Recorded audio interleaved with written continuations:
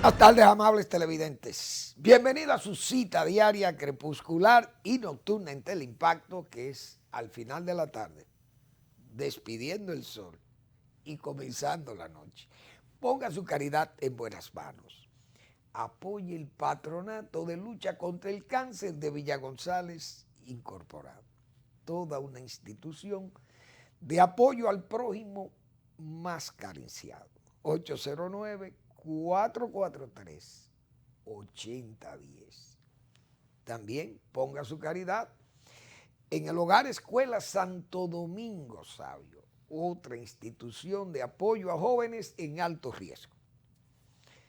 Apóyelo también. Aquí en Santo Domingo, Avenida Independencia, casi esquina Avenida General Gregorio Luperón. Ponga su caridad en esas manos de la congregación salesiana, tan acogedoras que son. Bien, hay muchos temas para iniciar el programa. Y realmente, ayer fue el Día de las Madres, como ya en la antesala del viernes nosotros señalábamos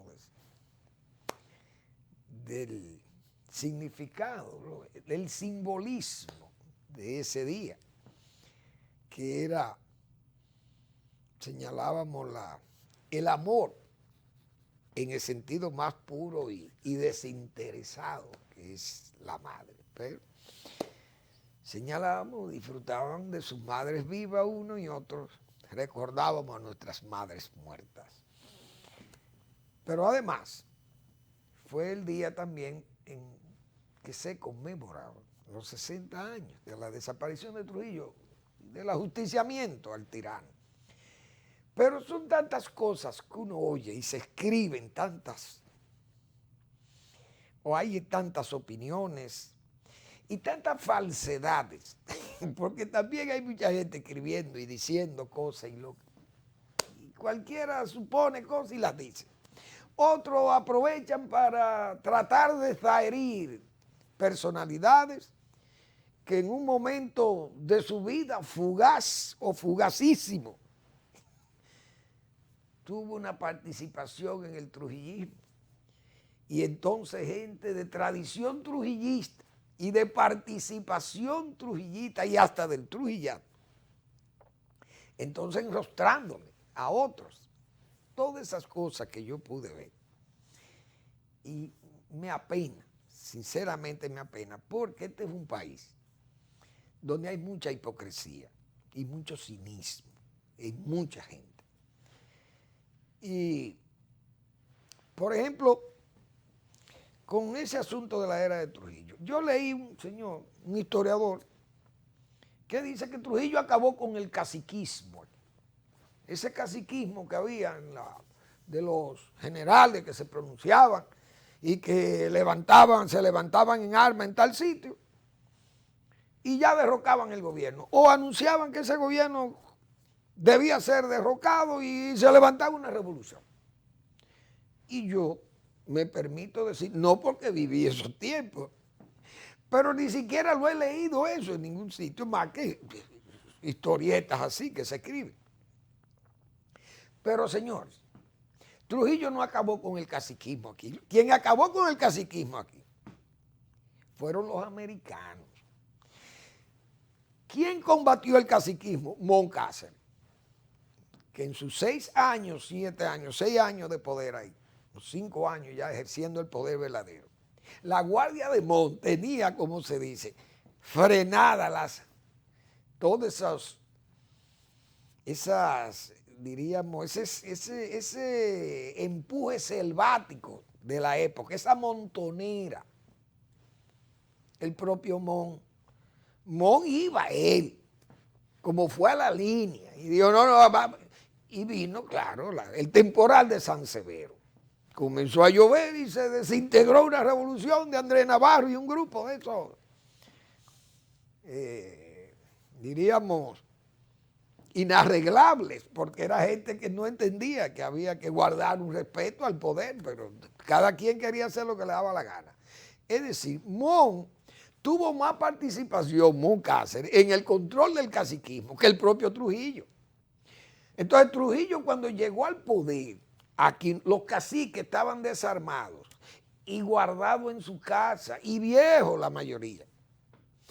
El único joven o relativamente joven que quedaba y que quiso ser lo que no se podía ser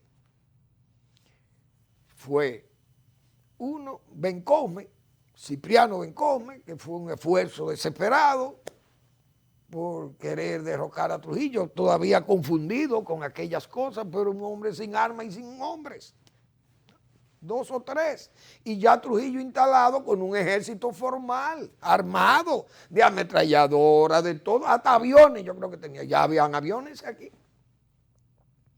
Entonces, ¿quién podía enfrentar a Trujillo si ya Trujillo estaba consolidado? Porque los americanos desarmaron a todo el mundo aquí.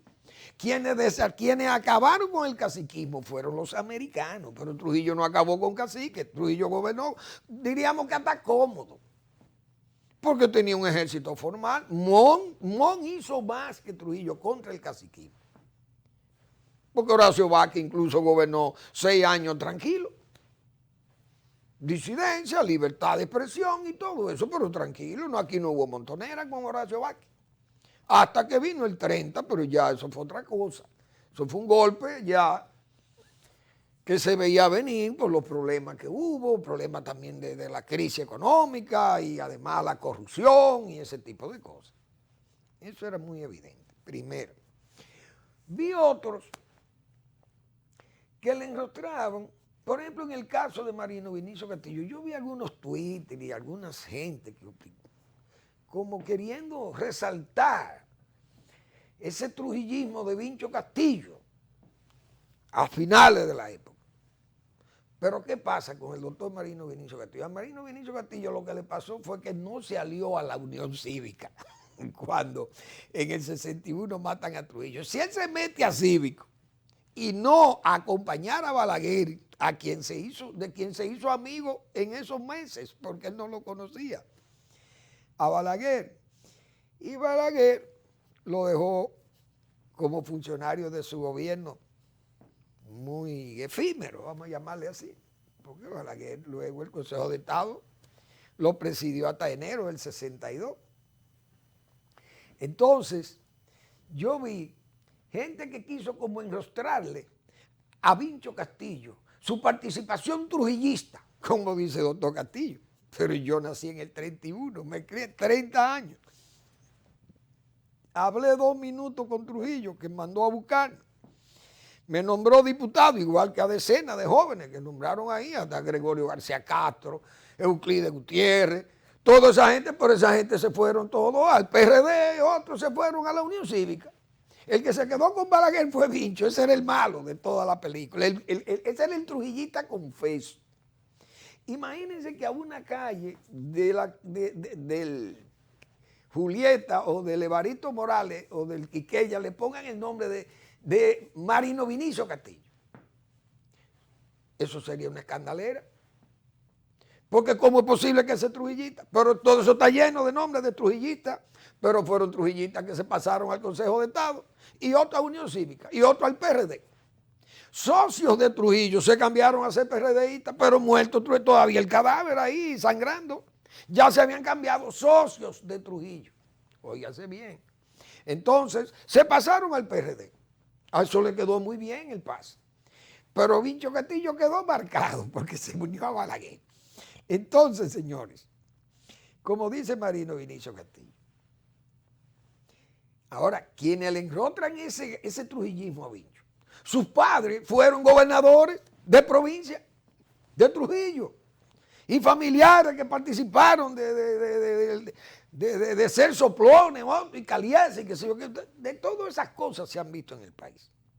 Entonces, eso acusan a Vincho Castillo de ser trujillista cuando incluso, dice el doctor Castillo, su padre murió siendo un antitrujillista, confeso, que ya le había advertido al pueblo dominicano en mítines y en el Congreso y de donde quiera que estuvo, advirtió de las situaciones que le venían al país. Y Marino Vinicio Castillo tuvo que aceptar. después de que su padre murió como antitrujillista y un hermano que le asesinaron en el régimen de Trujillo, entonces tuvo que aceptar ese cargo. Pero no solamente aceptarlo, sino que había que ser así, locuaz y ser, diríamos, como fue ese temperamento joven de doctor Castillo, activo, discursivo, polémico, y expresarlo para que el dictador viera que no era un enemigo que él tenía encubierto. Había que demostrarle a Trujillo que usted era, porque Trujillo lo nombró diputado, y yo estoy seguro, sabiendo que era hijo de un enemigo de él, o de un adversario de él. Y que el hijo podía ser igual que su padre. Entonces, es muy lógico que Trujillo diga, si este no mantiene su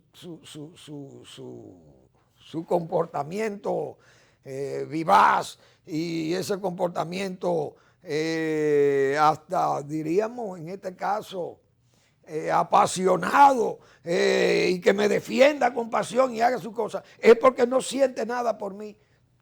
Porque había que saber manejarse con el régimen, porque el que creía que estaba bien con Trujillo, tal vez no andaba muy bien y estaba muy mal y te desaparecían también, si tú no tenías el comportamiento que él quería que tuvieran. Es decir, todas esas cosas yo pude ver ayer, pero esa desidia y todo este comportamiento, y de gente incluso, el propio presidente de la República fue en un acto muy elegante, bonito, respetuoso, con un discurso apropiado.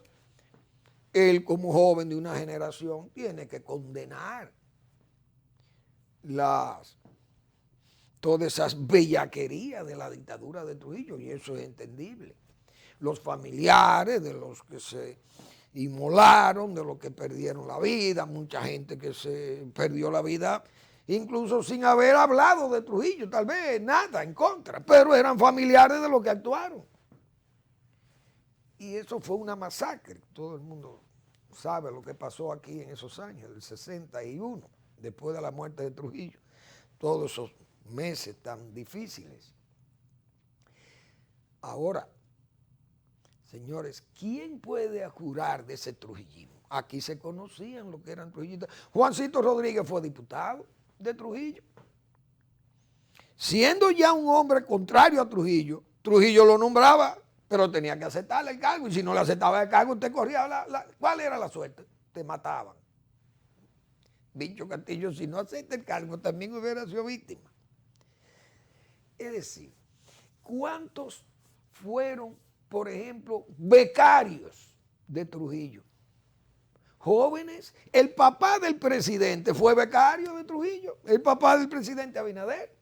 Y nadie puede decir aquí que don Rafael Abinader era un hombre trujillista y qué sé yo, joven, pero si el régimen te daba una beca, ¿qué tú ibas a hacer?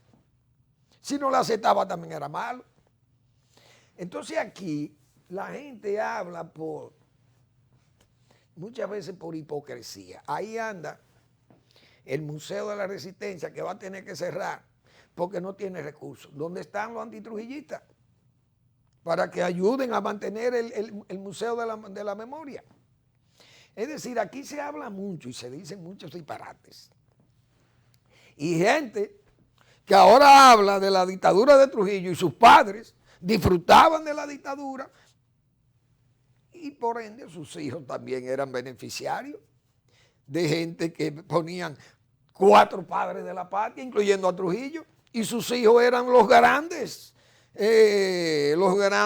revolucionarios después. Señores, aquí todavía no se puede escribir lo que pasó en la era de Trujillo, porque es que hay demasiadas familias que quedan marcadas. Aquí lo que hay es mucha hipocresía, hemos dicho nosotros. Así de sencillo, como se dice. Y Trujillo no era nada sencillo. Hay un detalle,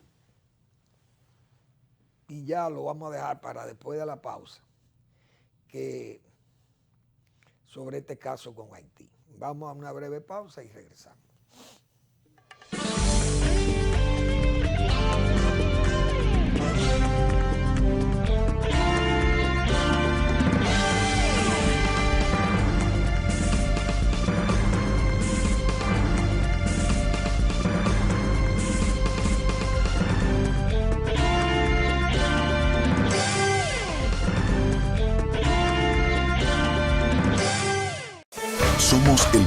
Banco Dominicano, con 80 años de historias, en las que ponemos todo nuestro corazón en servir y ser parte de los sueños de todos los dominicanos. Historias que son ejemplos de voluntad de todo un pueblo, de emprendedores, de visionarios, de fajadores.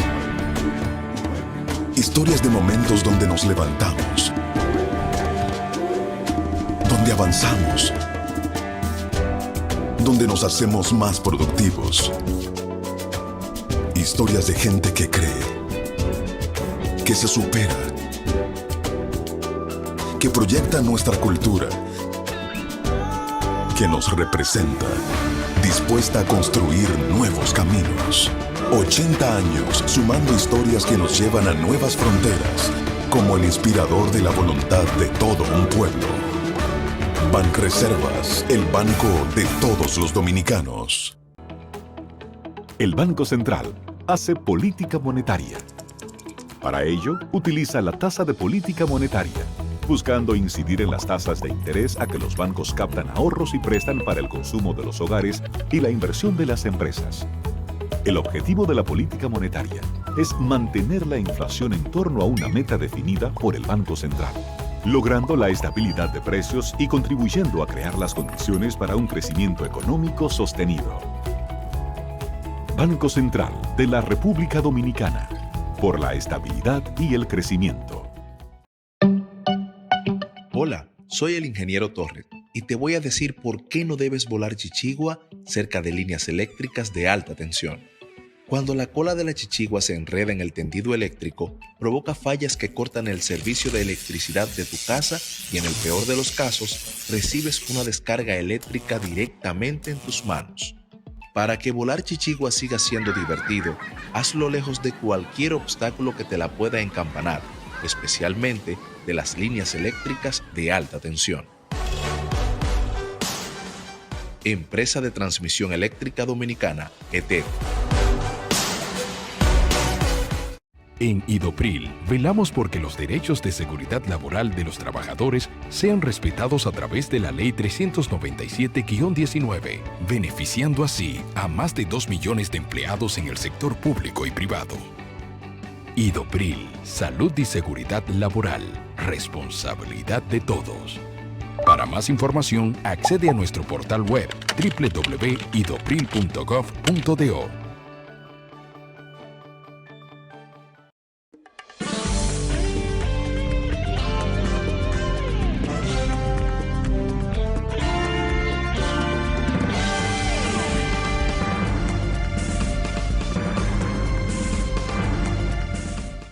Todos los que siguen este programa son conscientes de que nosotros hemos hablado muchas veces de la bisoñez del gobierno, la inexperiencia, que es uno de sus enemigos más peligrosos, porque aún con la bisoñez y sugiriéndole, señores, consulten los Salomones.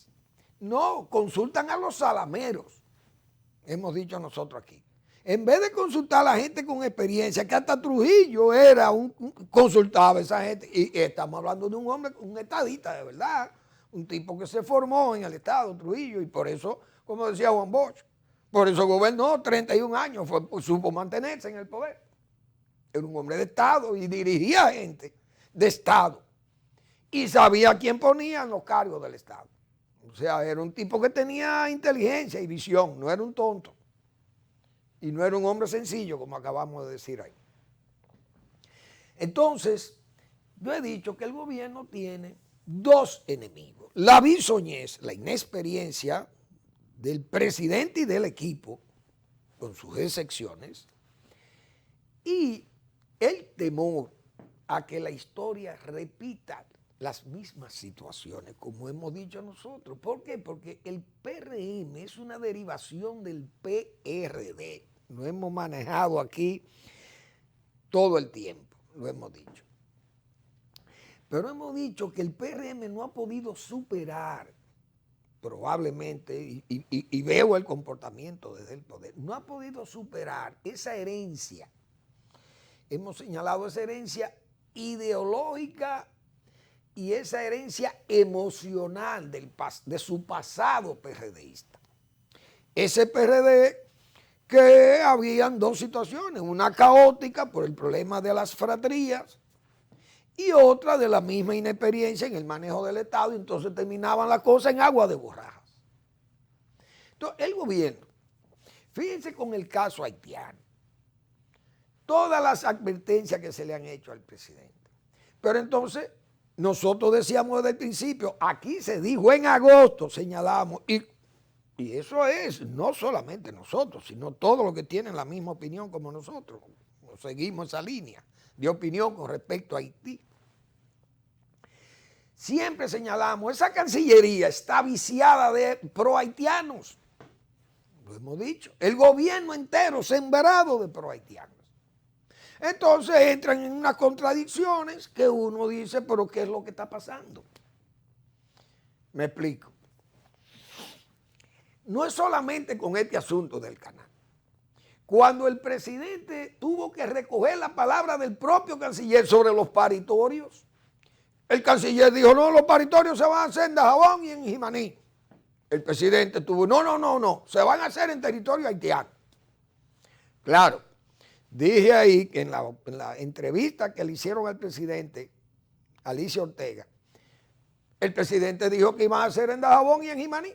Parece que entonces o se echó para atrás o le dio la palabra al propio canciller y entonces uno no sabe por dónde que andamos. El presidente dijo que iba a ser allá, del otro lado, y ahora viene y dice que van a ser aquí. Tal vez se equivocó, digo yo. Vamos a ver. O no fue una mala interpretación mía, no. El video está ahí. Interior y Policía dice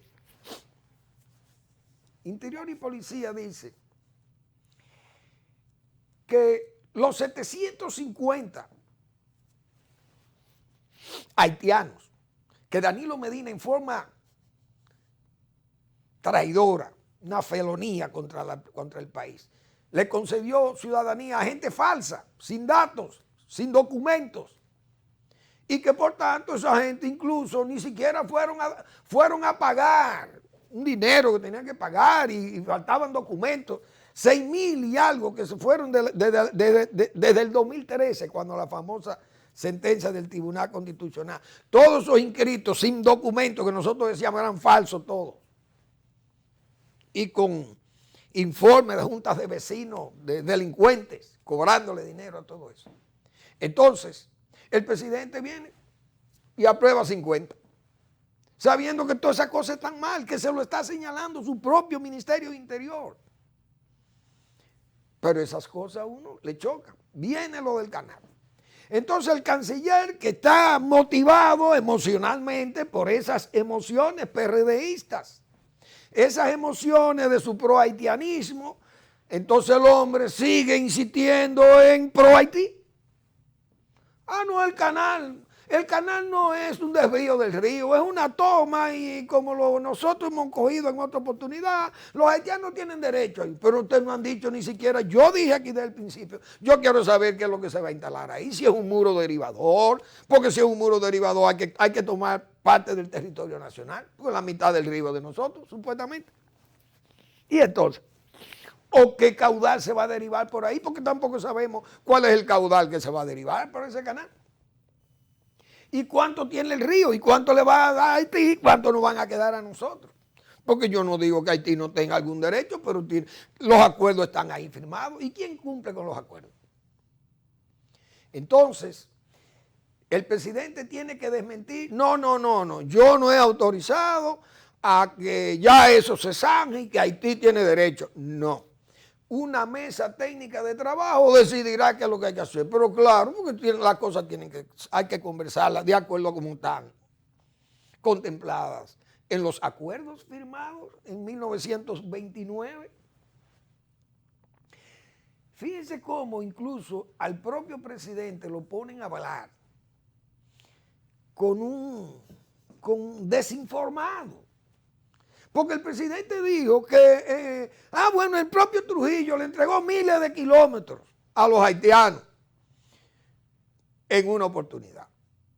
No fueron miles de kilómetros, pero debieron haberle explicado al presidente que el paso de la miel, o lo que se llama la miel, fue un lugar que en el año 1936, Trujillo, cuando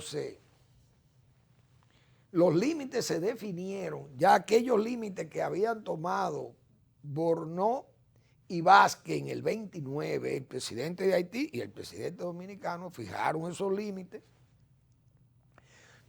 Incluso los Peñavalle y toda esa gente trabajaron con Trujillo también. Entonces, en el 36, Trujillo quiso redefinir y sellar eso ya definitivo porque había mucho problema con los haitianos. Y ese acuerdo se firmó con el presidente Vincent de Haití, Trujillo. Pero ¿por qué pasó con la miel lo que pasó? Que tampoco eran miles de kilómetros, que el presidente dijo de miles de kilómetros. No. La miel tiene 696 kilómetros cuadrados, 1 millón de tareas le dio Trujillo, es verdad, 1 millón de tareas. 696 kilómetros cuadrados. No 1000 y pico, miles de kilómetros, como dijo el presidente, que alguien debió corregir eso. Pero se hacen las cosas ahí como a la cañona. Pero la miel fue lo siguiente. Comunidades haitianas que ya estaban viviendo en el territorio nacional. Y ese de la miel, eso fue lo que pasó. Era una comunidad haitiana ya asentada durante años, se asentó aquí en territorio nacional, que todavía deben haber comunidades. Una vez yo lo dije aquí, que ahí habían comunidades haitianas en suelo dominicano. Pero los haitianos siempre se han beneficiado del uti possidetis. El uti possidetis, ocupan terrenos nuestros, se van quedando ahí, no los reclamamos y después Haití demanda reclamaciones por el hecho, no por derecho, sino por el hecho. Ya estamos aquí, como estamos aquí, ya esto es de nosotros. Porque ustedes no lo han reclamado y tienen 40, 100 años, 125 años que estos haitianos viven aquí, ustedes no lo han reclamado, ya esto es de nosotros. Trujillo, para llegar a un acuerdo con Vincent, y además, para tener ese territorio protegido de que sus adversarios de Trujillo no lo usaran como trampolín. Y quiso halagar al presidente Vincent y a los haitianos para tenerlo dominado Trujillo y al mismo tiempo anestesiados. Le regaló el paso de la miel. Le regaló la miel a los haitianos. Es decir, el límite fronterizo va por aquí. Éntrenlo. Vamos a herniarlo. Y se le hizo una hernia al territorio nacional. Entonces, el límite siguió. Y eso lo hizo Trujillo, pero Trujillo era el dueño del país. ¿Quién reclamó eso? Era como Lili. Lili podía ceder el terreno. Lili le dejó los terrenos por el uti possidetis a los haitianos. Bueno, ya ellos están aquí. Tienen 40 o 50 años aquí, los dominicanos no pudieron ocupar estos terrenos, pues no tenían gente o no tenían deseos. Entonces ya esto es de nosotros. Eso es lo que siempre ha hecho Haití. Nosotros hemos señalado aquí las memorias de don Emiliano Tejera como representante dominicano ante el Vaticano, ante León XIII.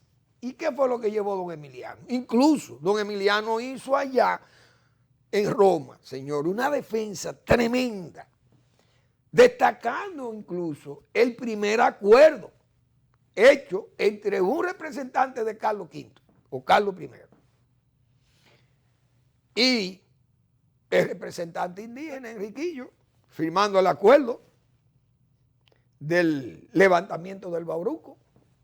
Ese fue el primer acuerdo que le daba vigencia al derecho de ser la República Dominicana la propietaria de sus terrenos, los terrenos incluso de Aranjuez, porque España reconoció la división contra lo que habían hecho los franceses con su Saint-Domingue o Saint-Domingue. Realmente, esa situación con Haití, hemos dicho, nosotros somos un esqueleto con Haití. Entonces, el gobierno dominicano, que es un gobierno tembloroso, como hemos dicho otras veces, tiene el mismo patrón de todos estos gobernantes que han venido después de Balaguer, porque tengo que señalar que Balaguer era el único que tenía el criterio de que era haitiano para su Haití. Y aquí lo que eran necesarios, más o menos, para tener ocupar las plazas que los dominicanos no quieren trabajar, los que no han querido trabajar o los empresarios no han querido pagar y los dominicanos no han querido exigir. Y es una realidad que los haitianos trabajaban en la construcción, trabajaban en el área agrícola, pero ya no están en el área de la construcción y el área agrícola, están en todas las actividades del país, haciendo lo que incluso nunca pensamos que se podía hacer, que era venir a pedir limosna también al territorio dominicano. Entonces, estos gobiernos, como hemos dicho, el gobierno de don Luis Abinader es un gobierno tembloroso, no repatrian, no se atreven a repatriar. Y si un gobierno no repatia, yo no creo en el muro, yo lo he dicho muchísimas veces, ese muro no es muro, es una vera para aduanizar a Haití. Lo hemos dicho desde el principio. Entonces, lamentablemente, fíjense cómo yo prácticamente de esto me reí. Ven Mercado de Jabón cumple con protocolo. Yo quiero, Alex, hazme el favor, ponme las imágenes de lo que pasó en el mercado de Dajabón hoy. Entonces miren la autoridad nacional. Ven Mercado de Jabón cumple con protocolo. Dicen para averiguar los ministros de Industria y Comercio, Salud Pública y Defensa. El de allá de Dajabón, uno que yo pasé ahí de los haitianos entrando. Hoy ese está ahí Vamos a ver. Exactamente, miren, ese es el comportamiento en el mercado haitiano. Explíqueme usted si eso puede ser correcto, que se diga que el mercado de Dajabón cumple con protocolo. Explíqueme si es verdad que se cumple con ese protocolo. Eso es una realidad que el país ha estado viviendo y que nosotros no queremos admitir. Lamentablemente, no queremos admitir eso. Vamos a ver si yo puedo enviarle esta a Alex. Si Alex me puede poner esta. Alex, mira a ver esa última. Este lunes se produjo caos en el paso fronterizo de Juana Méndez cuando miles de comerciantes haitianos intentaron entrar. Esta es una información que pasó hoy. CDN, el canal 37. CDN haitiano en Dajabón hoy. Eso es una cosa increíble. Entonces, ¿cómo la autoridad del gobierno dice, ven Mercado de Dajabón cumple con protocolo? Cuando hoy CDN plantea esa situación. Y otras cadenas de noticias. Creo también que el Canal 9 hizo también referencia a eso. A la entrada hoy al mercado de Dajabón. Es decir, puede haber protocolo. El gobierno tiene una reunión esta tarde, no sabemos qué es lo que se ha definido con eso, pero nos imaginamos que serán medidas para ver cómo se le pone control a esta situación del COVID, porque el gobierno ha bajado la guardia. El gobierno, somete cambios de horario, sugerencias, asistencia, porque, señores, si hay un gobierno que ha trabajado con las vacunas, con la orientación vacunal, la información, es decir, que la gente venga a vacunarse, los deseos, los llamados, todo, el gobierno ha cumplido con eso. El gobierno ha sido efectivo en ese aspecto del control. Pero lamentablemente la autoridad se ha debilitado y ahora hay un verdadero desorden a nivel nacional donde todos los grupos de jóvenes hacen lo que les da la gana, salen a beber, salen a disfrutar, salen a chechar, como se dice, están en todas las esquinas, colmados, calles de noche, beben, se abrazan, hacen todo lo que les da la gana y la autoridad no se siente. Ayer vi que detuvieron a 1,000 y algo. 1,200, casi 1,200 personas fueron detenidas. Pero parece que las detenciones son casi la cogen de chercha. Tal vez sería más efectivo gasearlos con gases lacrimógenos. Esas turbas de noche que se arman bebiendo y todo, ese teteo, como le llaman ahora. Pero la policía con 2 bombas lacrimógenas que suelte. Eso es, como se dice, el juidero. Vamos a la pausa. Bueno, vamos a poner la imagen antes de mandar a la pausa. Y a primeras horas de este lunes se produjo caos en el paso fronterizo de Juana Méndez cuando miles de comerciantes haitianos intentaron entrar a territorio dominicano para acudir, como de costumbre, al mercado fronterizo de Dajabón que se realiza en esta jornada. Los haitianos intentaron entrar por la fuerza por esa puerta fronteriza, generaron tensión en el lugar. Que se cumple con el protocolo. Miren esto. Risible. No para decir dramático, sino frustratorio. Risible por no decir frustratorio. Esto es increíble, Dios mío. Esa es la sociedad que nosotros tenemos al lado y con un comportamiento así nunca estaremos libres de todas esas advertencias propias de su desarrollo y de esa vida selvática que se vive en Haití, donde no hay control de autoridad, ni de Estado, ni de nada. Eso es una tribu. Vamos a la pausa.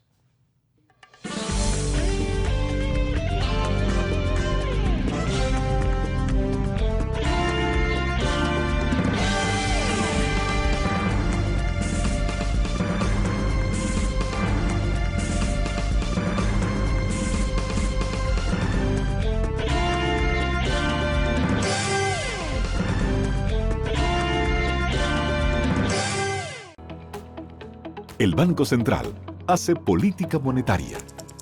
Para ello, utiliza la tasa de política monetaria, buscando incidir en las tasas de interés a que los bancos captan ahorros y prestan para el consumo de los hogares y la inversión de las empresas. El objetivo de la política monetaria es mantener la inflación en torno a una meta definida por el Banco Central, logrando la estabilidad de precios y contribuyendo a crear las condiciones para un crecimiento económico sostenido. Banco Central de la República Dominicana, por la estabilidad y el crecimiento. Hola, soy el ingeniero Torres y te voy a decir por qué no debes volar chichigua cerca de líneas eléctricas de alta tensión. Cuando la cola de la chichigua se enreda en el tendido eléctrico, provoca fallas que cortan el servicio de electricidad de tu casa y en el peor de los casos, recibes una descarga eléctrica directamente en tus manos. Para que volar chichigua siga siendo divertido, hazlo lejos de cualquier obstáculo que te la pueda encampanar, especialmente de las líneas eléctricas de alta tensión. Empresa de Transmisión Eléctrica Dominicana, ETED. En Banreservas hemos apoyado por 80 años la voluntad del talento dominicano, identificándonos con sus más importantes iniciativas, para que quienes nos representan siempre puedan mostrar lo mejor de nosotros.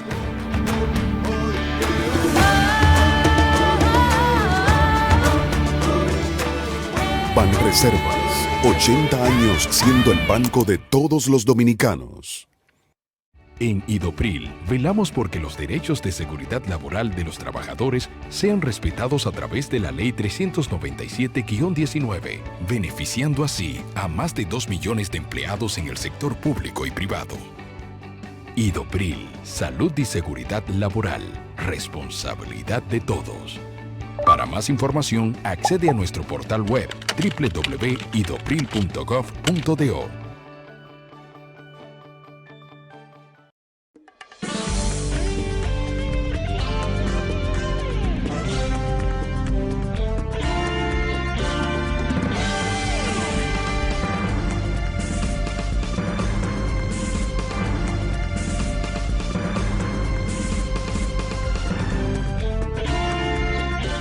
Bueno, se ha hablado de una presunta trama, una trama de conspiración para matar a fiscales. Eso es lo que corrió como una denuncia, y una denuncia casi confirmada, porque hubo periodistas que señalaron que de la realidad o verdad de esto. Desde luego, la propia Procuradora General de la República no le dio esa dimensión de trama, diríamos. Pero dice que ha habido algunas obstrucciones, cierto obstruccionismo, hay resistencia a conseguir información y que sospecha que eso es parte también de esa trama, pero parece que no hay en sí con firmeza una trama de, mire, aquí están los potenciales o los pretensos involucrados o qué sé yo, o matadores o sicarios a utilizarse, porque imagínense, todo es una presunción. Entonces, doña Miriam prácticamente minimizó esa situación de que no hay una amenaza de muerte así como tan...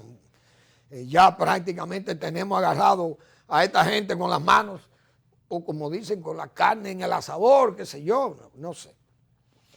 Pero trama hay, porque siempre resistencia va a haber, pero es que la trama en sí está dentro de todo ese andamiaje corrupto que hay entre policías, militares y estructuras de poder del gobierno de Danilo Medina, para ponerlo ahí.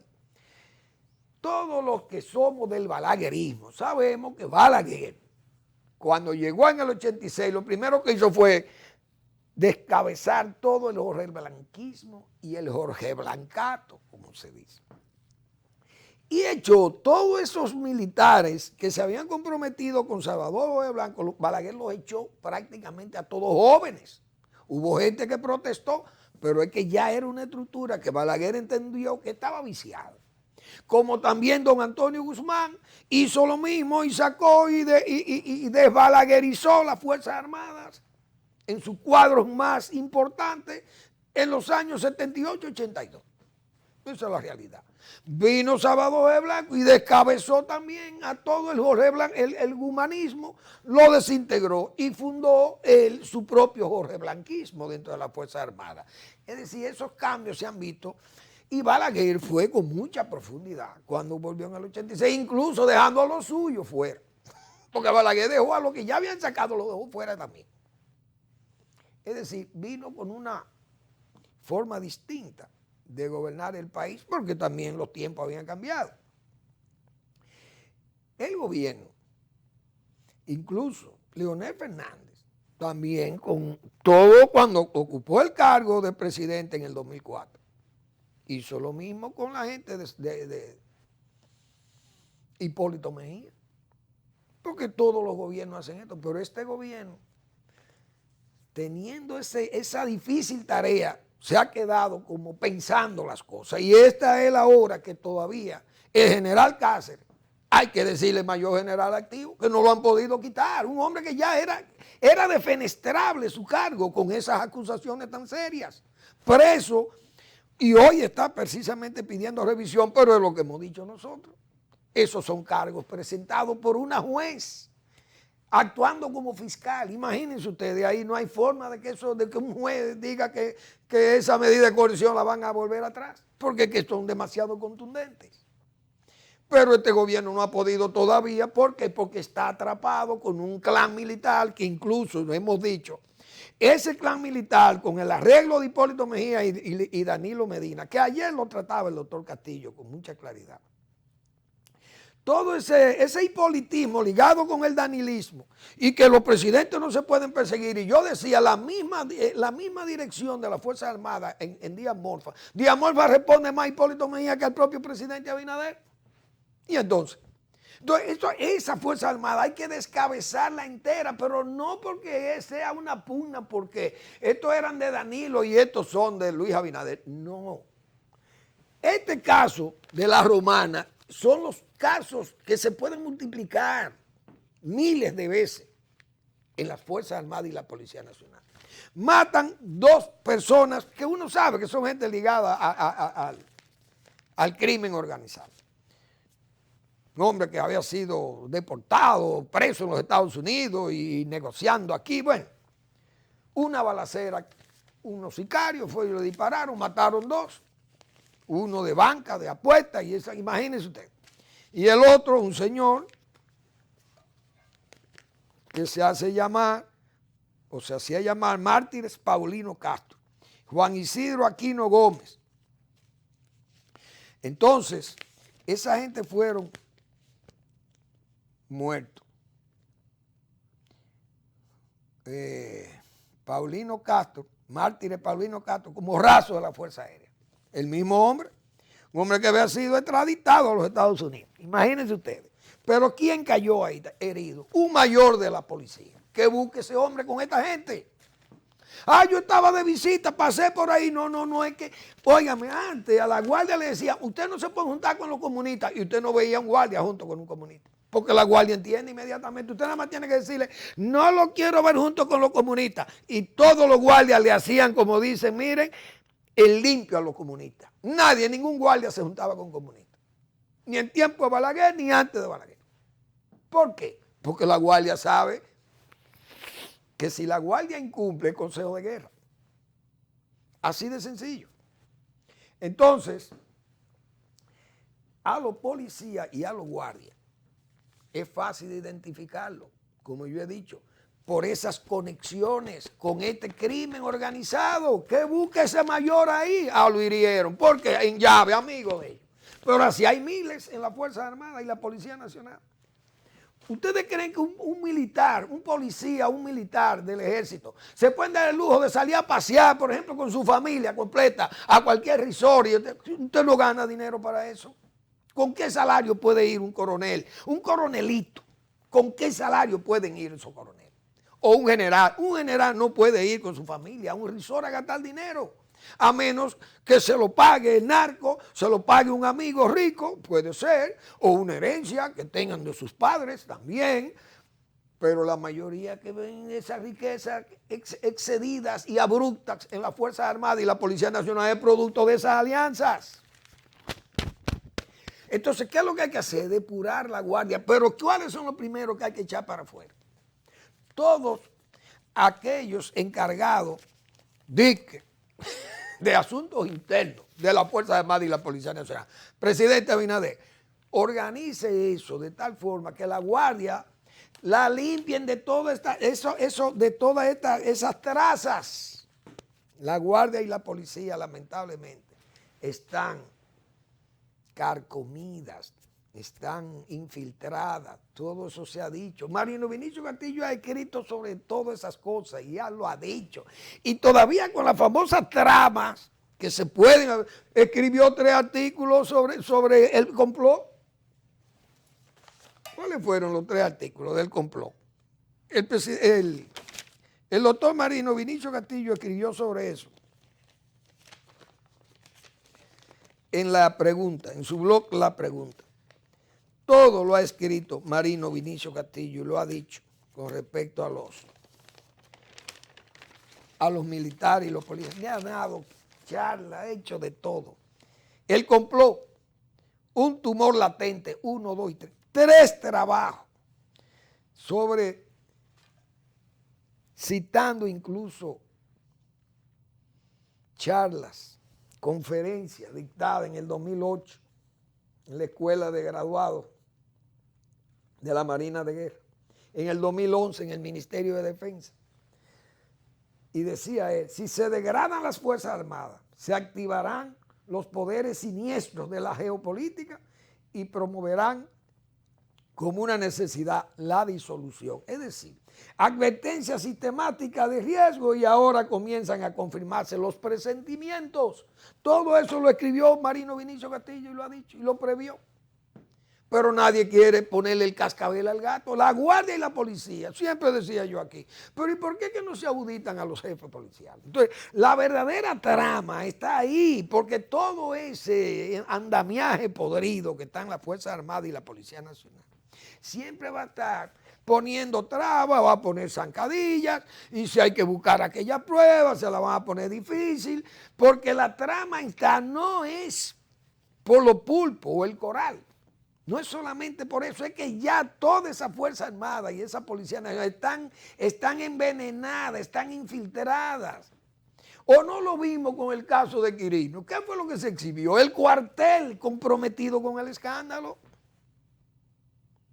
¿Y cuántos coroneles, cuántos generales, cuántos oficiales han caído, extraditado inclusive? Por ahí hubo un general que era jefe de operaciones de la Dirección de Control de Drogas, fue extraditado a los Estados Unidos. Es decir, la trama en sí la va a ver contra cualquier, porque este gobierno sí tiene, la trama se ve más, ahora se nota más que pueda, qué sé yo, enervar o energizar a esos cuadros que están ahí no dormidos, sino vigilantes de que no le llega a ellos la justicia, porque la justicia ahora no es la justicia que había anterior. Pero lo que ha habido es una reactivación de esos cuadros dañados. Saben que la justicia le puede llegar, pero eso es fácil de identificar. A mí me ponen a revisar todos los coroneles del ejército. Todos los que son coroneles. Ven acá. ¿Cuántos coroneles tiene el ejército? Aquí hay 400 coroneles. Bien. Uno por uno. Yo tengo que ver cuál es el patrimonio de esos coroneles. Dónde viven, cómo viven y de qué viven. Entonces, cuando yo eche todo eso para afuera, todo ese trapiche, yo lo abra y eche todo ese desperdicio hacia afuera, todos esos dineros, esos recursos, yo se los voy a dar a quién, a los propios oficiales y a los militares que sean militares de verdad, que estén limpios y que ganen salario, que el coronel gane 200, 150 mil pesos, excelente, con los ahorros de los que se despidan, los peluches. Entonces, ¿dónde está el ministro de la Fuerza Armada? ¿Para qué está el ministro de Defensa aquí? Para hacer nada, porque eso lo que tienen que hacer es una depuración, limpiar la Fuerza Armada, si es que hay interés en eso. Pero la trama siempre la va a haber. Si sigue el Ministerio Público en manos de doña Miriam y con las actitudes de perseguir el crimen, de buscar las ramificaciones de todas esas operaciones, del Pulpo y del Coral y de todo lo que están involucrados, y del CESTUR y del CESAP y del CRUCEP y de todos esos organismos que están, y del J1 y el J2 y el M qué sé yo qué, toda esa gente están dañados, viciosamente dañados. Pero seguimos con el tema.